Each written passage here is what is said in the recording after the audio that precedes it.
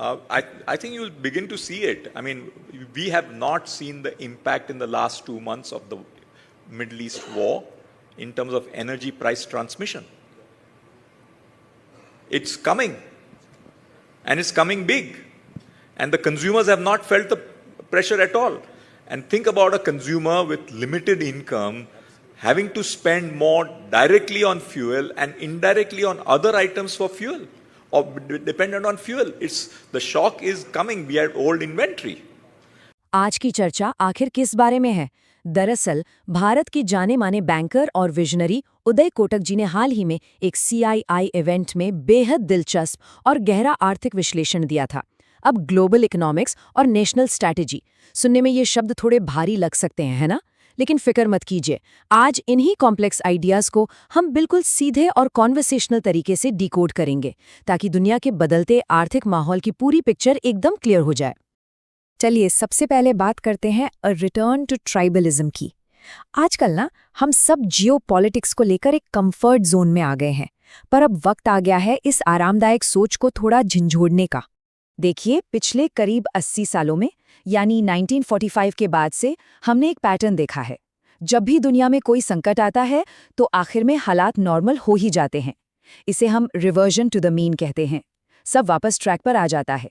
लेकिन 1945 से पहले की दुनिया बिल्कुल अलग थी। उस वक्त के संकटों ने दुनिया का नक्शा और व्यवस्था पूरी तरह बदल के रख दी थी। एकदम स्ट्रक्चरल चेंजेस ला दिए थे। आज हमारी बेसिक मानसिकता बन गई है कि चलो आखिर में सब ठीक हो जाएगा। और सच कहूं, ये एक बहुत खतरनाक भूल हो सकती है। उदय कोटक इसे ट्राइबल वर्ल्ड की तरफ वापसी बताते हैं।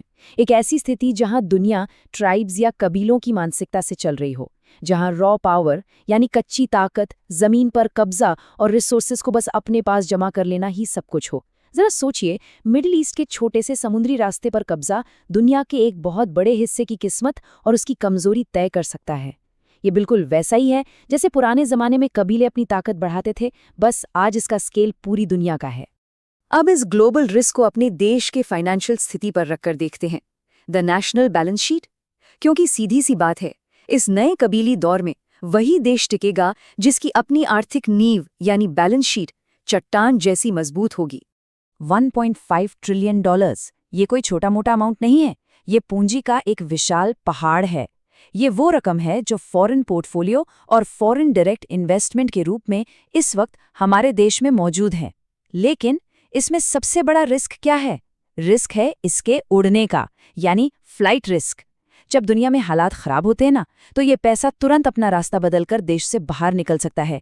ये हमारे पास आई हुई ऐसी पूंजी है जो कभी भी उड़ सकती है। एक और बहुत बड़ा संकट हो सकता है तेल की कीमतें। अगर एनर्जी प्राइसेस में अचानक उछाल आता है तो इसका हमारे देश के प्रॉफिट एंड लॉस अकाउंट पर कैसा असर पड़ेगा?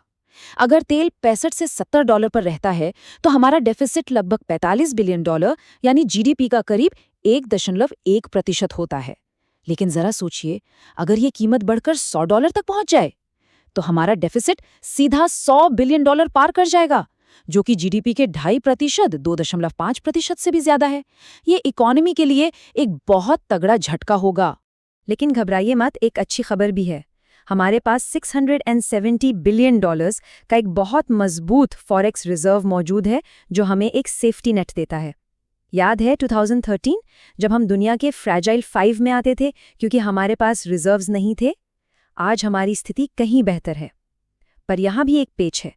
जब हालात बिगड़ते हैं और हम इन रिजर्व्स का इस्तेमाल करते हैं तो मार्केट से रुपया बाहर निकलता है और इससे सिस्टम में नए तरह के दबाव और परेशानियां पैदा होने लगती हैं। तो सिर्फ रिजर्व्स के भरोसे बैठे रहना काफ़ी नहीं है।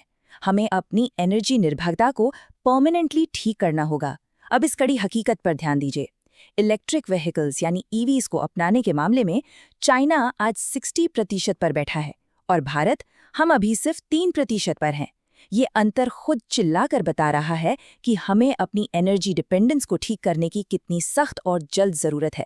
अपनी रक्षा हमें खुद करनी होगी। अब सवाल ये उठता है कि इन राष्ट्रीय कमजोरियों के बीच हमारी कॉर्पोरेट स्ट्रैटेजी कैसी होनी चाहिए। यहाँ आती है हमारी तीसरी theme, the need for creative destruction, यानी सृजनात्मक विनाश की ज़रूरत। कोटक जी ने इस पॉइंट को समझाने के लिए एक बेहद प्रभावशाली एनोलॉजी दी है। उन्होंने हिंदू त्रिदेव ब्रह्मा, विष्णु और महेश का जिक्र किया।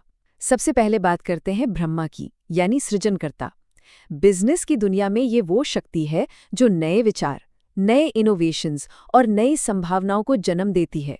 देश की मजबूती के लिए हमारे कॉर्पोरेट सेक्टर को इस क्रिएशन या निर्माण को सबसे आगे रखना ही पड़ेगा। उसके बाद आते हैं विष्णु, यानी संरक्षक। ये वो फोर्स है जो चाहती है कि जो जैसा चल रहा है वैसा ही चलता रहे। कंफर्ट जोन में रहना और अपने मौजूदा एसेट्स को बचाना। समस्या पता है क्या है? हाल ही में हमारे बिजनेस लैंडस्केप में कुछ ज्यादा ही विष्णु मानसिकता हावी हो गई है। कंपनियां बस अपने कंफर्ट जोन में रहना चाहती हैं और इंडिविजुअल लेवल पर लॉबिंग करके सिर्फ खुद को बचाने में लगी हैं। पर इस तेजी से बदलती दुनिया में आगे बढ़ने के लिए हमें महेश यानी विनाशक की मानसिकता चाहिए। यही है क्रिएटिव डिस्ट्रक्शन। पुराने, बेकार और असफल तरीकों को तोड़ना बहुत जरूरी है ताकि भविष्य के नए और मजबूत अवसरों के लिए रास्ता साफ हो सके। एग्जैक्टली यही काम अमेरिका ने 1970s में अपने एनर्जी क्राइसिस से निपटने के लिए किया था। उन्होंने कड़े कदम उठाए और हमें भी असफलताओं को पीछे छोड़कर यही सीखने की सख्त जरूरत है। इसी विचारधारा को आगे बढ़ाते हुए एक बहुत ही गहरा और चुनौतीपूर्ण विचार सामने आता है, इंडिया हैज फाइनेंशियलाइज्ड टू अर्ली। इसका क्या मतलब हुआ?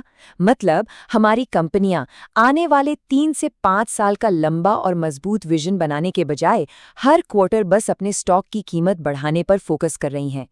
ये जल्दी आई हुई फाइनेंशियलाइजेशन आगे चलकर हमें लंबे समय के लिए बहुत भारी पड़ सकती है। तो आखिर कॉर्पोरेट जगत को करना क्या चाहिए? यहाँ 3 बहुत ही ठोस कदम हैं। पहला, फोकस को क्वार्टर टू क्वार्टर से हटाकर 3 से 5 साल के लंबे स्ट्रेटेजिक गोल्स पर सेट करना। दूसरा, कॉर्पोरेट टैक्स सेविंग्स को बैंक में रखने के बजाय अपनी फ्यूचर कैपेसिटी बढ़ाने में इन्वेस्ट करना। और तीसरा, सबसे अहम कदम, डिफेंस मैन्युफैक्चरिंग को नए सिरे से डिजाइन करना, जहां low cost per maximum efficiency आए, ताकि हम ग्लोबल लेवल पर पूरी ताकत से मुकाबला कर सकें। अब हम प्रवेश कर रहे हैं अपने आखिरी और चौथे हिस्से में, पावर ऑफ डोमेस्टिक कैपिटल। देखिए, जियोपॉलिटिक्स का तूफान चाहे कितना ही भयंकर क्यों ना हो, उससे निपटने के लिए हमारे पास मौजूद अनोखी और संरचनात्मक ताकतें यानी स्ट्रक्चरल स्ट्रेंथ्स सच में गजब हैं। ये 2% की संख्या आपको छोटी लग सकती है, पर ये हमारी एक बहुत बड़ी ताकत दर्शाती है। भारत दुनिया का शायद अकेला ऐसा देश है जहां 2% कॉर्पोरेट सोशल रिस्पॉन्सिबिलिटी यानी CSR पर खर्च करना मैंडेटरी है। ये समाज के विकास के लिए कॉर्पोरेट फंड्स का एक बहुत ही प्रभावशाली और डायरेक्ट एलोकेशन है। टैक्स देने के अलावा ये सीधा पैसा सोसाइटी में जा रहा है, जो कि हमारे लिए एक बहुत बड़ा प्लस पॉइंट है।